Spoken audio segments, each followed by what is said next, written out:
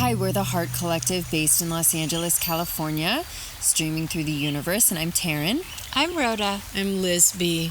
We are reframing definitions through heart-centered conversations. Let the birds speak. What are we talking about today? What is our word? Awakening. Bird signal awakening. There you go. The definition, awakening, is to come out of sleeping, right? Simple. Plain and simple. Yeah. I think the reality of awakening is it's not this quick fix, right? No. It's not, you go to a ceremony a couple times and then you have immediate awakening. It can be a process, I believe, of many years, many decades, maybe many lifetimes. And it is a process of clearing out old programs, old paradigms, old traumas. And in the process of clearing those out, it's necessary to really look at them and see them and face them. And so I believe that's key to awakening, that process of clearing out old patterns and programs and traumas. And that can be a personal experience, or it can be, as we're seeing, a collective experience where things need to be exposed on a personal level, a familial level, a community level, or a global level in order to really see them and process them and wake up to them. Yeah. I'm seeing two distinct levels or paths to awakening. So one is you wake up to certain realities of this world that you weren't previously aware of. And then there's also the awakening of realities within yourself that you're unaware of, whether it's your power or the effects of your childhood traumas or ancestral traumas. So I think people usually get in one way, and then obviously it weaves in, and you work on a little bit here, you work on a little bit there. But yeah, I think to me, there's two distinct paths. And right now, because things are so charged and people are finding out about all these different truths that they didn't know before, it's sending a lot more people into an awakening process of their own, waking up to their own sovereignty and their own power. And yeah, so I'm excited for that mass awakening. Oh, yeah. Could we all agree that we continuously awake? Right? It's not a destination that we get to. All of a sudden, I'm awake. Because just as with our physical lives, we constantly fall into slumbers, right? Oh, yeah. And also, in the same processes, we find different levels of understanding and knowing and awakening too, I would think. I can't come to say I am awakened. Yeah. I am awakening. Right. I think the moment you think that you're awake and that's it, you're clearly not. It's the moment you get, Yes. Reminded. yeah. The universe has a way of doing that to you. Surprise! Plot twist! Yeah. Yeah. And it's not always a linear process, right? As you mentioned, it can have twists and turns, and it is an ongoing process throughout life. And it's always more layers of the onion to uncover, either in looking within ourselves or looking without into our own families and in society. Do you ladies have the latest thing that you've awakened to, or a different level of awareness about something that's recently that we could talk about? Good question. Great question, Liz. I actually do. So the last time we met and recorded, we were talking about how we see at this point in time kind of a clear path to stay in our lane, no need to wake other people up, kind of thing, and just like really focus on a future, creating the new earth.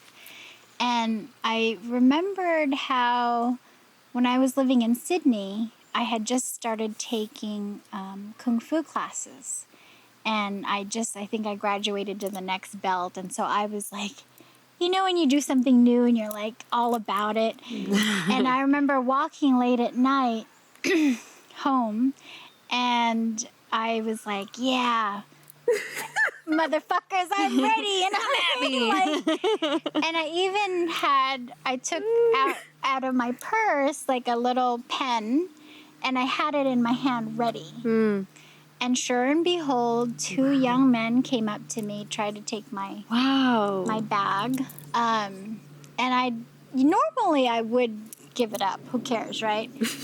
I was in this mood mode, right? I was like, Bruce Lee, I'm the next generation. And I just like kind of stabbed the guy in his like little chest here, and both of them ran away, and I ran the other way. Go Rhoda. But I clearly, distinctly remember thinking, I created that. I invited that energy in with my feelings about it. Right. And so when I'm seeing all these digital warriors tapping away and like, we must fight, we must do this, I'm getting that same energy. Like, there's a fine balance between waking people up and presenting truth and inviting truth to be welcomed into other people's lives. And then there's like a feeling, you know, there's like a manifesting element to it where you're actually actively creating the worst timeline scenario. So true. So true. Yeah, more of. Yeah. Because those realities are certainly present. Right. But it doesn't have to be your particular experience. You're right. And I think you're so right, Rhoda. Like, raising awareness and speaking truth or acting in truth is totally different than keeping something in almost like a trauma loop. Yes. Right? Great phrase. And I think that what you said is dead on, and there is a very distinct differentiation between those two. Yeah.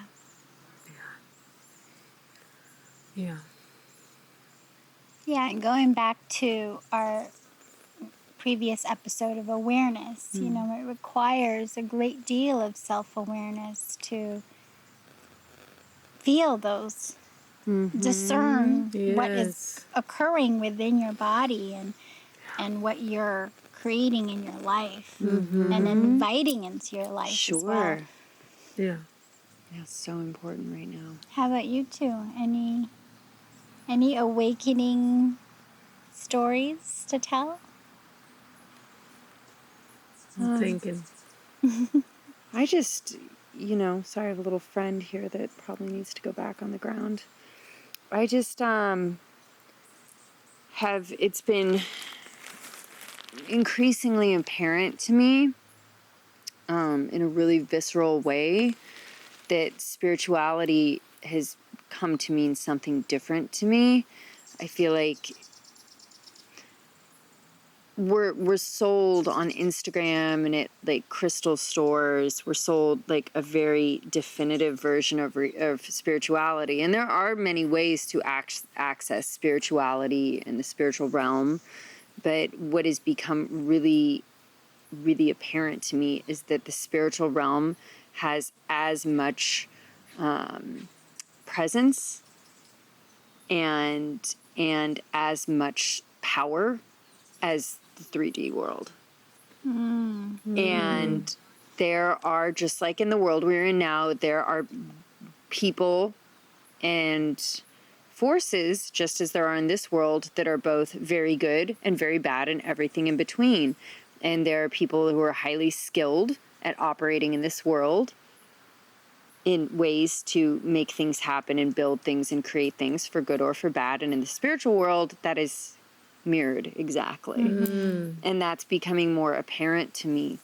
And I'm just working on kind of unraveling what is presented as spirituality, and then this alternative realm that a lot of people operate in, and a lot of beings are operating in. And I think it's kind of like those two worlds are bleeding a little more right now into each other, perhaps. And that's why this is becoming apparent. And then also, I've been a little disenchanted lately with the spiritual community, because it's been, and more so than ever, I know I've spoken about this before, but it seems so commercialized and cheapened. And I think that is doing harm more so than good to people that may be looking for healing or maybe looking for a path. And I think that's, I don't know what that's going to look like coming out of all of this, but I'm just starting to notice, like I've seen healings online for like, and I'm sure they're fantastic, but for $5,000 group healings. Wow. And it's just, I don't know. And then seeing what people are calling spirituality or awakening, I think society's purging a lot right now, and I'm just seeing a lot of that come up. When you said spirituality, it made me think of, I don't even know where to begin with deeper awakenings, because as I sat here and I heard what you both were saying, I was trying to be present with what you were saying, right? So now I'm thinking, what have you become aware of lately that you were not before? I find different levels of awareness within the systems that I was already aware of things happening, but I don't even know where to begin. When you said spirituality, I thought of this idea that I came across not too long ago, that movement was hijacked at some point, right? To also become a commodity. Yes. And to become something that could be manipulated. And I feel like more than ever, we just need to pause at everything that we're presented, and then be in relationship in that moment with things to really feel a resonance or not. And we're bombarded with information nowadays, right? I saw an interaction today online. Somebody had posted something about the Breonna Taylor case. And then somebody immediately commented saying, "Can't believe I'm watching this on your page. Full of lies, hashtag this, whatever. This is white privilege and this and that." And from an outside looking at that interaction, I thought, both people are defending truth, quote unquote truth, right? This is a lie, this is a lie. How do we get to the bottom of this issue? Because if both people are so convicted that they know what is true, how do we really know? Good question. Yeah, we don't really know. Does true feels a certain different way? So those people are having an interaction. By the comments, I realized they did not know each other personally. And we're at such charged times that seems like the space for, can you tell me more about this? Why do you believe that it was like this, or why do you believe this to be like that? It's being completely crushed. Lay out my own perception. We all want to feel like we're doing something right at some level. And now we're just seeing that play in like a bigger arena with a much bigger and potentially dangerous game. So true.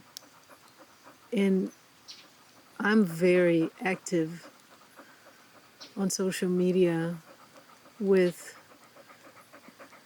planting seeds, right? Seeds of what I call truth or awareness, and letting people find their own ways through that. And as Rhoda was saying, sometimes I have to hold myself back because I have to think about,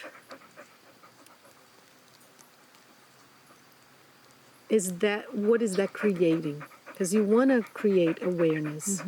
You want people to know and feel like they have a choice or they have a saying in their reality. And at the same time, a lot of what's coming out can be pretty scary at times. So true. Can be infuriating. And just like today, I took a pause. I saw a video of a woman, a mother in Ohio. Did you guys see that? She was being arrested for not wearing a mask. They were all sitting at the bleachers. Oh, yeah, they tased her. They tased her, they took her, and everybody was just sitting there watching. And nobody came to this lady's defense. People turned their heads away. And that really activated me. The level of compliance and just, this is not my problem. I'll just look away. And I think, if anything, this time is asking us to realize that there is something here, that it's all of our problems. Yes. Not what's being pushed as the narrative, Yeah. as a virtue of caring or protecting. We have to see that there is virtue in standing up for what's right at every moment, doing the right thing at every moment, understanding the game at play so you can take action and respond from a more or a broader awareness place. And just the fact that it was a woman for some reason, and clearly in the video you could see at least one man just turning its head away. I would just wish that at that point somebody would say, why are you being so activated? Why? This is one thing I don't understand. If they want you to wear a mask, why wouldn't that policeman have brought a mask and say, if you would like to stay here, I need you to wear a mask? Good question. So that's a snippet, what it was posted. I didn't see what happened before, but you just see this policeman just coming and like just grabbing, and the thing seems like it starts pretty heated. And I just kept thinking, how much easier would it be, ma'am, we need you to wear a mask if you want to be out here right now. If you don't, I would gladly escort you out to your car, but unfortunately this is the rule right now, whatever. Right? So I'm not understanding why it escalates so quickly to a physical thing if it's about health or wellness or protection or safety. It's a great question.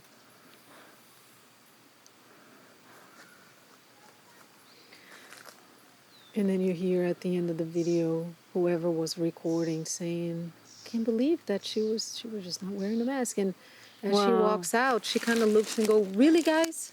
I mean, we've been doing this, or says something along the lines, we've been sitting here, other times. And so what is it that's going to need to happen to become a little bit more real for people? What is this really all about? And I have it in me, this fire of liberty and justice. And it's very hard for me and triggering to just see obedience and compliance without questioning. Scary. It's one thing for you to know that there's a fire right there, and it would probably not be a good idea for you to put your hand, and somebody may order you, don't put your hand there. But what we're seeing is very different, and yet some people are just okay with. I don't understand.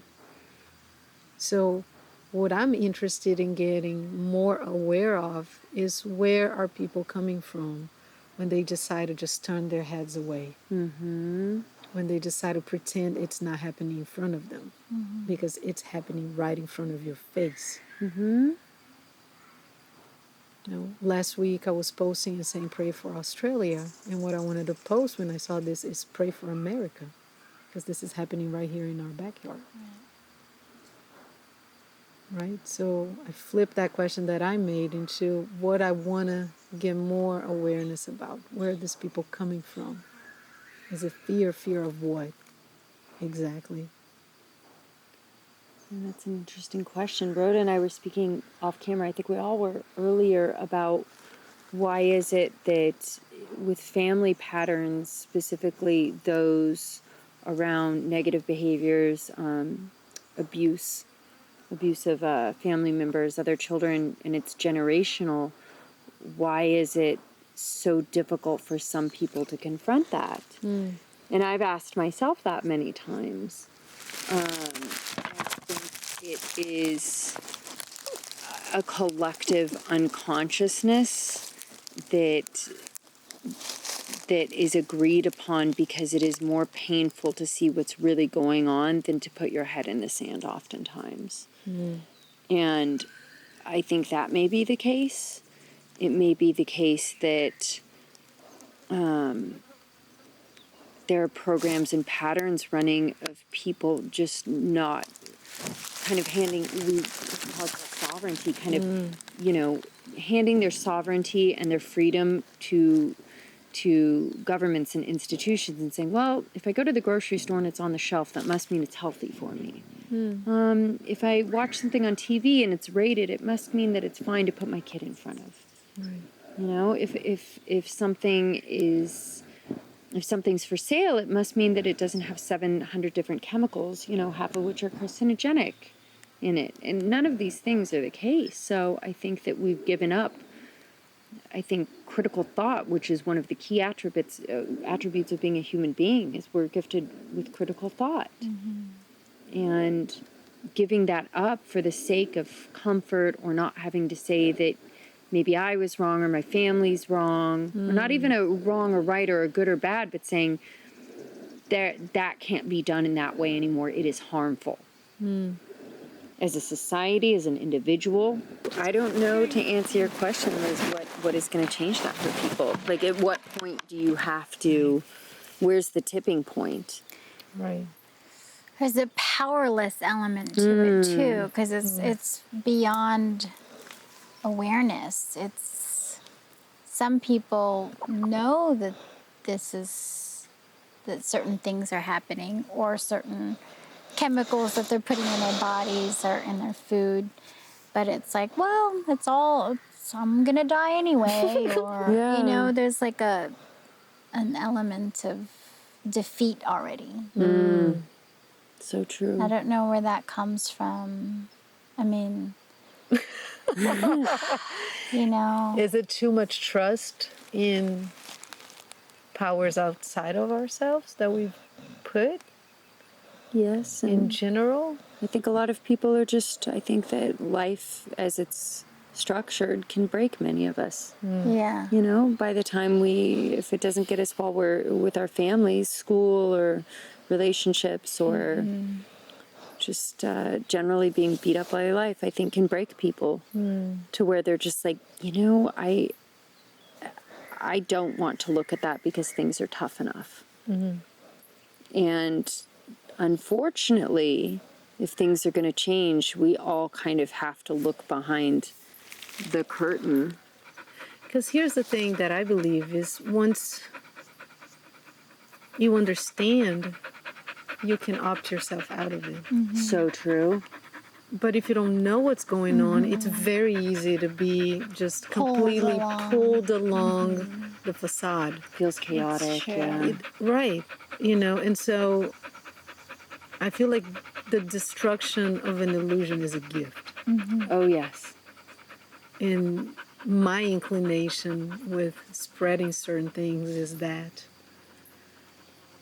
is allowing people to go through the process of realizing deeper truths about things, right? And to be able to then know that, oh, now I get to choose better than I did before.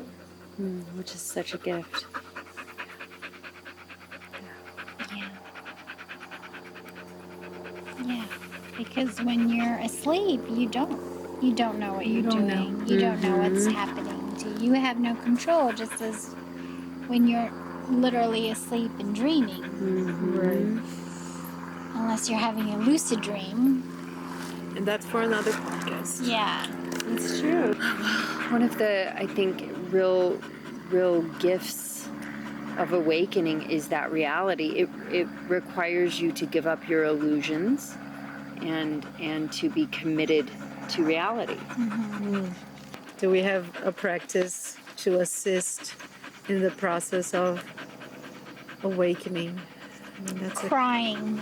I love that. Crying. Allowing yourself to cry. Yeah.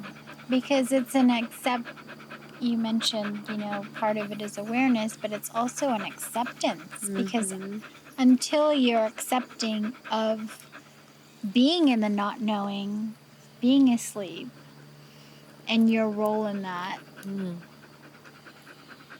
yeah, meeting it with love and honor for yourself and the path that you've been on. But crying is so healing. Yeah. So true. Nature's wisdom. You need wisdom to just really flush things. Or they need to be flushed. I love that. Thank you.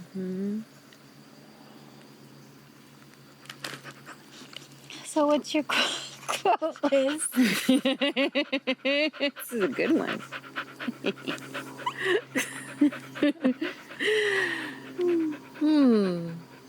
The quote I have comes from 1998.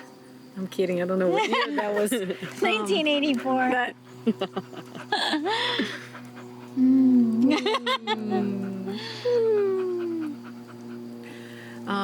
no, it was probably 1996, probably 1995. But this band I really love, L7, who actually got me playing music because they're all women from Los Angeles. Who lived down the street from me. So cool. Yes, who then I ended up as a grown woman in one of their members. I was in the bass player's house one time. Nice. And I was like, if somebody had told my 15-year-old self that one day you're going to be in her living room, I would have been like, forget it. How is that even possible? It actually happened. I remember looking and watching on TV and being like, I want to be that. That right there. They have a song called Pretend We're Dead.